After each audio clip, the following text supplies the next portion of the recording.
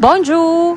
Je vous recommande d'essayer la recette de maïs avec du beurre et de la poudre de fromage parce que c'est pas cher, c'est facile à préparer, c'est délicieux et c'est populaire aux Philippines pour les étudiants. On a besoin d'un can de maïs en grain, 3 cuillères à table de poudre de fromage, 2 sucre au goût et 3 cuillères à table de beurre. Le maïs avec du beurre et de la poudre de fromage, c'est une collation pour les étudiants et les travailleurs et c'est parfait pour regarder Netflix. Étape de préparation.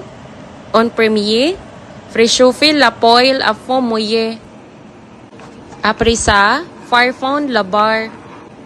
Ensuite, verser du can de maïs dans la poêle.